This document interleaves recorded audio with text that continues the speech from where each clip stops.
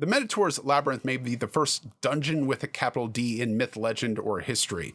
We've got other dungeon-esque places, like we've got catacombs where we keep our dead, tombs, we've got sprawling subway systems, and we've got large malls that are kind of dungeon-esque, but the Labyrinth is built with a specific monster in mind, the Minotaur. And there are sacrifices made to this Minotaur and sent in the dungeon, and a hero enters it to go slay it. That story makes this a perfect candidate for a D&D adventure. I'm James, and it's time to board the ship of Theseus, sail to the island of Crete, get Daedalus's hammer, save the captives, and slay the Minotaur. I am a Greek mythology nut, and one of my favorite stories in Greek mythology is the story of Theseus, the Minotaur, Daedalus, and Icarus. In the story, the Minotaur is named Asterion, or Asterius. In typical Greek mythology fashion, the gods are mad at mortals for reasons, and because we're mad at mortals, we curse them and therefore monster. Daedalus, a mythical architect, is tasked with building something to house the Minotaur, and he builds the Labyrinth. To keep the secret of the Labyrinth, Daedalus and his son Icarus are imprisoned in the center in a tower, and then the Minotaur is put into the maze, and the king of Crete sends out to neighboring cities, Athens, and says, "Send me your sacrifices, and I will sacrifice them to this Minotaur. Otherwise, woe will fall upon you." Theseus hides as one of these sacrifices and sails to the island, and using cunning, guile, bravery, and some string, he finds his way to the center of the Labyrinth and slays the Minotaur. I've put together an adventure using kind of all those story beats, where we have Daedalus and his hammer and the wings of Icarus and a legendary version of the Minotaur, some really cool traps and puzzles that are encounter-based kind of things, and of course maps, and they're all down the doobly-doo, and you are free to use it if you'd like. Just don't forget to put up the white sails when you sail away from the island. Every Dungeon Master I know tries to do a maze eventually. I did, and usually the first one, it's not good. It's bad. But that's not a reason to give up on them. That's a reason to iterate, to do it better next time, to figure out how to make it work. Mazes are kind of antithetical to RPG design thought process for a typical fantasy adventure. Players are supposed to have agency. They're supposed to make informed choices about where they're going and which tunnel they're supposed to go. I've said so in my own videos. I agree with all that. But there's a time and the place for everything, and a labyrinth is a time to break some of those principles, just for a while. What is it that we want from a maze? Do we want the feeling of sitting down at a Denny's with the child's menu and going do, do, do, do, do, with crayons and just finding your way through the maze? Probably not. We want the feeling of being trapped in the maze, that we don't know the way out and we don't know where the center is. And what happens if we're separated? What happens if our torches go out? Have we gone too far? If we can't get back out and can't get some rest, then we're going to be out of resources and we're going to die in here and we don't know what's going on. We want them to feel that death might be around any corner, that blocks of stone might cut off our escape, that there's a monster around the very next corner. Not this corner? Okay, maybe the next corner. Where is this monster in the lair? We need to take away the player's sense of control. We need them to want to escape. Other Dungeon Masters have covered how to do a maze. I'll link to a couple articles, and there's a video by Dungeon Craft where he has a really good theater of the mind, more abstract approach to a labyrinth. That might be your cup of tea, but my brown beverage of choice is coffee. You know, I always figured that tea was just going to taste like hot brown water. And you know what? I was right. I run mazes quite differently. Sometimes I run a maze as a single encounter in a gaming session or in a dungeon. I run a smaller maze in that case, something that's around 36 by 36 squares, so like 180 feet, because that's enough that a character can generally, except for maybe like a dwarf, can get to the end of the maze in 3 rounds. That's about how long I want the combat to last. Then I set up some sort of a timer, something in the maze that is going to rush the players along. In my video about the Copper Dragon of Fekabor, there's a maze in that dungeon where there are earth elementals that are in the dungeon with the players. You could kill them, and that might get you a round of breather and help you figure out and gather your senses about where you are and how you're going to escape. But there's going to be new earth elementals. The only thing that's going to stop the combat is leaving the dungeon. To raise the stakes, each player has to find their own way out because every time someone passes certain squares, blocks of stone block off combat. Now, maybe you have pass walls and ways that you do that, but you're going to have to use some of the resources to solve those problems. In this kind of maze, I would absolutely draw out the maze for players. It's a combat encounter. Finding the way out of the maze isn't the problem. It's finding the way for all the players to get out of the maze and get out of the maze before we're picked off by earth elementals.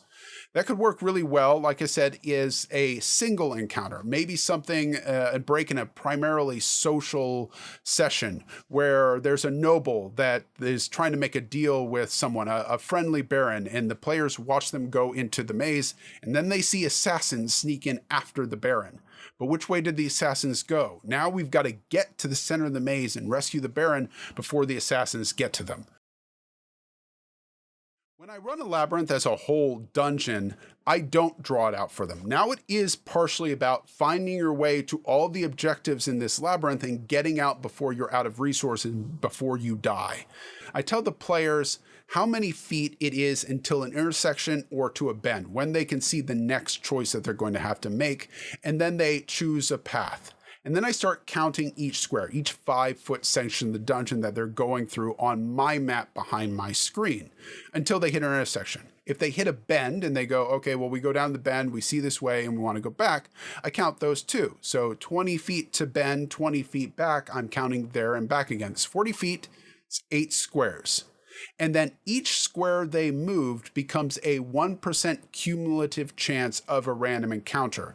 And I roll that random encounter. And then the next time they get to an intersection, that's where they encounter the random encounter. You could roll every time they hit an intersection, but I tend to wait until they're at about like at least a 15 or 20% chance of having a random encounter, because I don't want to slam random encounter, random encounter, random encounter, random encounter. We want to build some tension. We want them to begin to have anxiety about, when's the shoe going to drop? Where are the monsters here? I know they're in here somewhere. The dungeon master is still rolling back there. You could roll even if they didn't hit the 20% chance behind the screen to keep that tension going. I just wouldn't use it until they hit 20%. Okay, now this one's real. I do not reset their percent chance when they go in a room. Let's assume that they had a 20% chance of a random encounter when they get to room 1 and they didn't encounter anything. That's fine. They do whatever they're going to do in that room and then they leave that room and then they travel another 30 squares. Okay, now we have a 50% chance of a random encounter. Now I'm rolling again. If they still didn't have anything, it keeps tacking on until eventually there is going to be a random encounter, and it might be at a really inopportune moment for the players. That's kind of the point of a labyrinth, is that you don't know when the monster is going to happen. It might be when it's really not the time for it from the player's perspective. We also want the threat of the maze to be a changing landscape, that this path that you used once may not be good anymore. So there's traps in here where there's blocks of stone that fall down and they block the path, or walls move, or secret doors open or close. Whatever it is, these aren't intended to kill, though they could if they're traps. They're intended to block off someone from using something that they perceive as the safe route. Even if they encounter the trap and they don't trip it, now they know that it exists, that these are here, and that at any moment the Minotaur or their allies could come through and trip the trap to try to start trapping the players in an inopportune situation where they could be in a bottleneck or they could be with their backs against a wall. Now there's swarms of, in this dungeon's case, lycanthropes, wereboars, and werewolves coming in to attack the players. There should be traditional dungeon rooms in your labyrinth, because we don't want to just have corridor, battle in different corridor, battle in 3-way corridor, battle in cross corridor. You want a change of type so that the players stay engaged, so that they don't know what's next. Because I do want the players to have some agency even here. I create 2 things that the players can do that have to do with eventually fighting the boss. I think of these as kind of bonus objectives. They could speedrun the dungeon if they were super clever and they found a way to disable Daedalus's lock on it and enter into his laboratory. They could face the Minotaur at full power. That's why I made the Minotaur pretty beefy, because they might be able to go Nova on him and end him right here if they went straight to him and were clever about getting into the room. Or they can find some of these shrines and disable at least some of the Minotaur's power before they face him, and he becomes easier challenge for them then.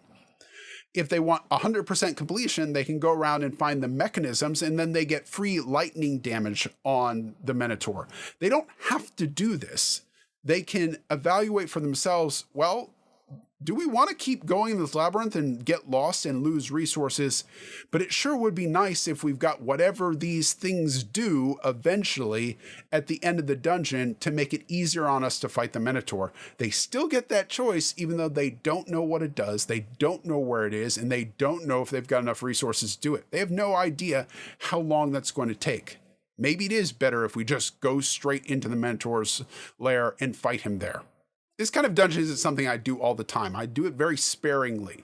But there are situations that come up that it's perfect. Imagine that you're trying to find Queen Mab in the Fey Realms, a hedge maze where sprites are peppering you with hallucinogenic arrows, or the hedges are alive and they come creeping out to grab you and suck you into those hedges and turn you into fertilizer. Or a situation like a Dracula's Castle or Strahd's, and in that giant open courtyard of his, instead of just blank courtyard, he's got a hedge maze. Arena's at the center of it, and if the players don't get to her in time, he may bite her and turn her into one of his wives. If it's a sewer that you need to find some cult underneath there that's doing something dark and they're going to release some ancient evil, or a hedge maze at a nobles party, like before, where there is someone at the center that they need to go in and rescue before assassins come in. There's always a timer. There's always something in there that is pressure to get through the maze, so they can't just sit there charting out the course to find the most efficient route. This is not engaging in a Dungeons and Dragons sense. Being threatened, being under a time limit, being unsure of whether you're going to find the objective in here, that can be engaging. If you made it this far in the video, then thank you very much. There's some thumbs and subs and buttons. You know what to do with all that kind of stuff, and I'd appreciate it if you would. Next video, I'm not sure the order of which one I want to do first. One is going to be about pacing and how to, I think it's this way, pacing and how to keep the tension going, not just through the arc of the campaign, but within a specific adventure, and maybe even within a specific scene, so that there's that tension and release going on. The other one is going to be about lawful good characters and how to craft situations so that they can become some of our more interesting characters for us to play with, for our players to play with, and add a lot of depth to our game. Like evil characters, there's a lot going on, and they often get played at such a surface level that in the case of a good character, they just become kind of Supermen, where they're kind of boring, and they become an irritant to the rest of the players that are trying to be morally complex, with just this giant zealot that sit there going, "No, you shall not do any wrong." If you are looking for some more adventures that have dungeons in them, I've got a couple over here that you can take a look at. This one is about a hag's den, and this one is about some undead ghouls in a tomb in a town, and how we've done that. If you've not prepped anything for a night and you need to run one, or you're looking for a one-shot, there are good things to take a look at. Until next time, Dungeon Masters, remember you're a player too. Try to have some fun.